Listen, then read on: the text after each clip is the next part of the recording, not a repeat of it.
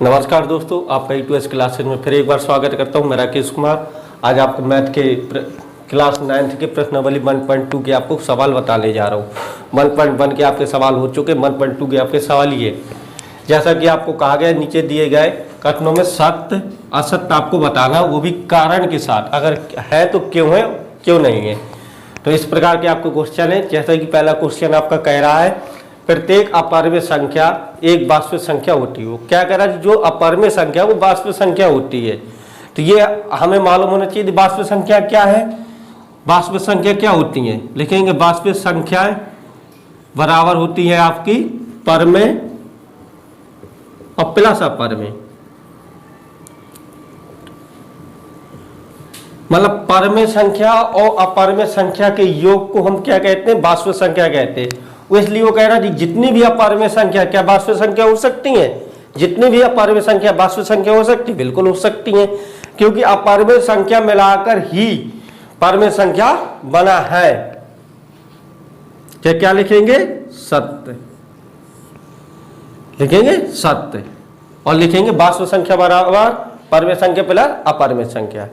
ठीक है, तो आपका क्या हो जाएगा कि ये आपका क्वेश्चन आपका क्या है, सत्य है। और क्यों है, क्योंकि वास्तविक संख्या बराबर परमेय संख्या होती है और परमेय संख्या, इसलिए जितनी भी अपरिमेय संख्या सभी अपरिमेय संख्या को हम वास्तविक संख्या बोल सकते हैं, परमेय संख्याओं को भी हम वास्तविक संख्या बोल सकते हैं। लेकिन अगर वास्तविक संख्याओं को कहते हैं वास्तविक संख्याओं का परमेय संख्या बोलते हैं तो ये जरूरी नहीं, क्योंकि वास्तविक संख्या में क्या है, परमेय प्लस अपरिमेय, ये आपका गलत हो जाएगा।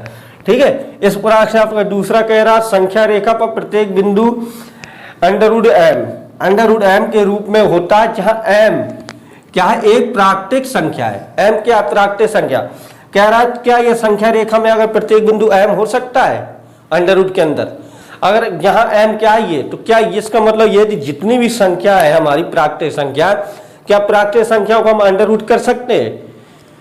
ऐसा तो कोई निश्चित नहीं है सभी अंडर रूट वाली प्राकृतिक संख्या अंडर रूट में होंगी, क्योंकि अंडर रूट में क्या होता है, माइनस की संख्या आती है, हर एक संख्या आपको माइनस की नहीं आएगी, तो इसलिए क्या हो जाएगा, असत्य लिखेंगे। सभी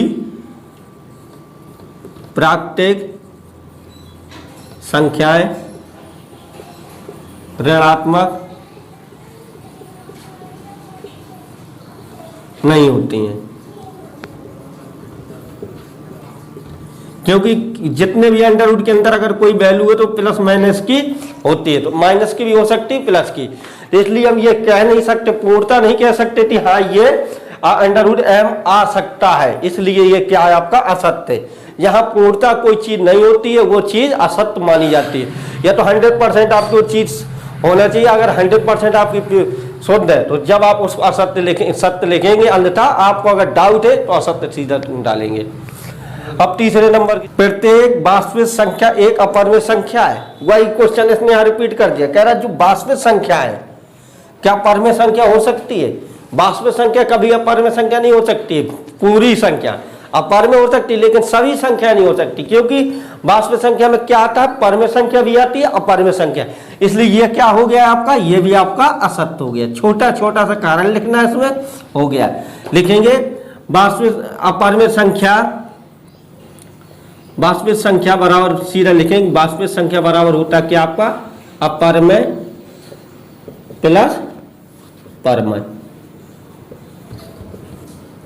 जब आपका वास्तविक संख्या अपरिमेय प्लस परमेय होता है तो फिर वास्तविक संख्या अकेले परमेय नहीं हो सकती है, इसीलिए लिखेंगे असत्य, अतः ये वास्तविक संख्या अपरिमेय संख्या नहीं है, क्योंकि इसमें परमेय भी ऐड है। इसमें अकेला उसने कहा था कि अपरिमेय संख्या क्या वास्तविक हो सकती है, क्योंकि ये सब चीजें किसके अंदर आ रही हैं, इसके अंदर। अब वो ये पूछ रहा था कि वास्तविक संख्या इसके अकेले बार हो सकता नहीं, अगर वो कहता थी परमेय प्लस अपरिमेय वास्तविक संख्या हो सकती है तो हमारा सही था।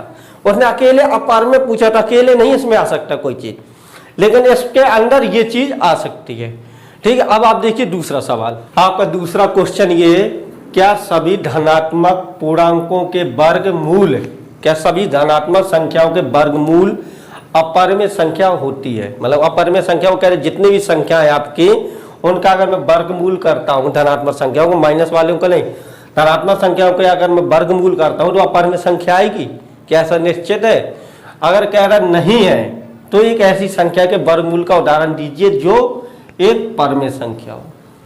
कह रहा अगर नहीं है तो बताइए, सीधा इसमें लिखेंगे। पहले तो ऐसी कोई संख्या नहीं थी जिसका मतलब सभी संख्याएं, जिसको हम करें मतलब संख्याएं तो है, जैसे मान लीजिए अगर √2 को हम वर्ग करेंगे क्या आएगा, तो वर्गमूल निकालेंगे। वर्गमूल निकालने के लिए √2 का कितना है, ये तो अपरिमेय संख्या हो गई। लेकिन कह रहा थी ऐसी कोई संख्या है जो सभी संख्या, तो सभी संख्या नहीं है। जैसे कि अभी हम आपको बताएंगे, जैसे √9 क्या है, ये परमेय संख्या है। √9 का वैल्यू कितनी निकली 3। √16 की वैल्यू कितनी निकलेगी 4। √25 की वैल्यू निकलेगी आपकी 5। आपको कुछ नहीं लिखना, बस सिर्फ लिखना है कि क्या ऐसी से लिखा, क्या सभी संख्याओं के वर्गमूल अपरिमेय संख्या होते हैं, यदि नहीं तो ऐसी संख्या का वर्गमूल लिखना कि नहीं ऐसी संख्या √9। एक उदाहरण कह रहा, कुछ भी लिख देना, √9 डाल देना, 16 डाल देना, 25 कोई भी एक, आगे 36 भी, आप कोई भी एक चीज लिख देना और लिख देना नहीं, यही आपका आंसर हो जाएगा। तीसरा सवाल आपका कह रहा है दिखाइए कि संख्या रेखा पर √5 किस प्रकार निरूपित होता है। संख्या रेखा पर हमें √5 को दिखाना है, किस प्रकार से निरूपित होता है, किस प्रकार से नहीं। आपने अभी पिछली क्लासों में पढ़ा होगा कक्षा 6, 7, 8 में, सीधा संख्या दे देता रहा जी उन्हें 5 को संख्या रेखा पर दिखाइए, तो हम लोग क्या करते थे, ऐसे करते थे 0 1 2 3 4 5 और ऐसे कर कर इसको दिखा देते थे, तो यह हमारी संख्या रेखा पर निरूपित हो गया इस टाइप से।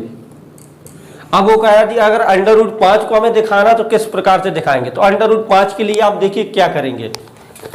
√5 के लिए हमें क्या है कि संख्या रेखा खींचेंगे। तो एक हमने संख्या रेखा खींची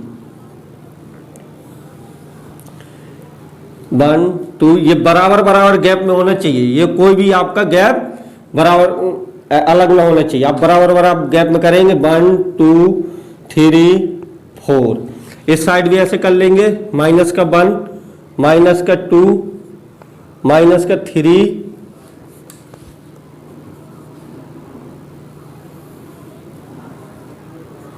इस साइड आप ये एक संख्या रेखा खींचेंगे। अब संख्या रेखा हमें √5 दिखाना है, तो √5 के लिए हम क्या करेंगे। हम जानते थे √5 क्या होता है। √5 बराबर क्या लिख सकते हैं हम, क्योंकि √5 के लिए हम ये लिख सकते हैं 4 + 1 नहीं लिख सकते हैं भाई। 4 + 1 इसको तोड़ सकते नहीं तोड़ सकते। अब 4 को हम क्या करेंगे, इसका कर देंगे 2 का स्क्वायर हो जाएगा +1 हो जाएगा, या 1 का स्क्वायर हो जाएगा।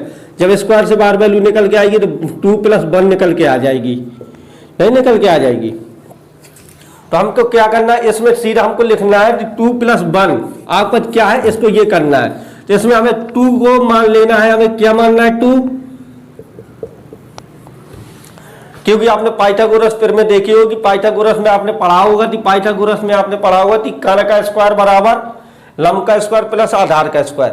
तो हम आधार को कितना मान लेते हैं 2, आधार को हमने कितना मान लिया, ये 2, यह आपका आधार हो गया, यह आपकी आधार हो गई। लंब कितना हमने मांगा 1, तो 1 सेंटीमीटर हम ऊपर की ओर आ जाएंगे। जब हम 1 सेंटीमीटर ऊपर की ओर आ जाएंगे, 2 सेंटीमीटर हमारा आधार है, 1 सेंटीमीटर लंब है। पाइथागोरस प्रमेय आपकी क्या कहती है, पाइथागोरस प्रमेय कर्ण का स्क्वायर बराबर आधार का स्क्वायर प्लस लंब का स्क्वायर, यह आपका पाइथागोरस प्रमेय होती है। तो पाइथागोरस कर्ण ये आधार, ये आधार आपका 2 मान लिया, कर्ण आपका 1 मान लिया। अब ये जो वैल्यू आपकी यहाँ आई है 1 सेंटीमीटर, ये 2 सेंटीमीटर है, ये 1 सेंटीमीटर है, इस वैल्यू से इस वैल्यू को मिला देंगे 0 तक, क्योंकि 0 से ही 1 और 2 यहां मिला देंगे। जो ये रेखा हमारी निकल के आई है यही हमारी √5 है। क्या है ये √5? कहां से हमने निकाला, सवाल को हमने 4 + 1 किया, इसको स्क्वायर किया, ये 2 निकल आया, 1 निकल आया, ये हमारा कर्ण का स्क्वायर और लंब का स्क्वायर। तो आधार आपका कितना था 2, आधार 2, लंब कितना आपका 1 सेंटीमीटर, 1 सेंटीमीटर रखा। इसका जो हमने ये रेखा मिलाई, यही तो पाइथागोरस प्रमेय से हमारी कहती है, जितना ये रेखा का वर्ग प्लस इस रेखा का वर्ग जितना होगा वो इस रेखा के योग के बराबर होगा। इस रेखा के योग के बराबर, इस रेखा का वर्ग प्लस इस रेखा का वर्ग प्लस इस रेखा का वर्ग बराबर होगा। तो आपका अंडर रूट 5 आ गया। अब हमको क्या करना है, अब हमको यहां से एक त्रिकाल लेना है, त्रिकाल की नोक यहां रखेंगे और पेंसिल की नोक हम यहां रखेंगे।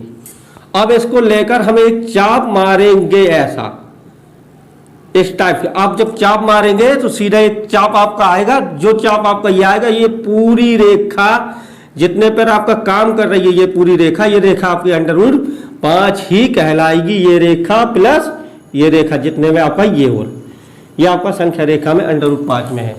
अब आपको इसमें लिखना क्या है, आपको लिखना थी, हम जानते हैं अंडर रूट 5 बराबर 4 + 1 इतना लिख लेना पाइथागोरस प्रमेय से।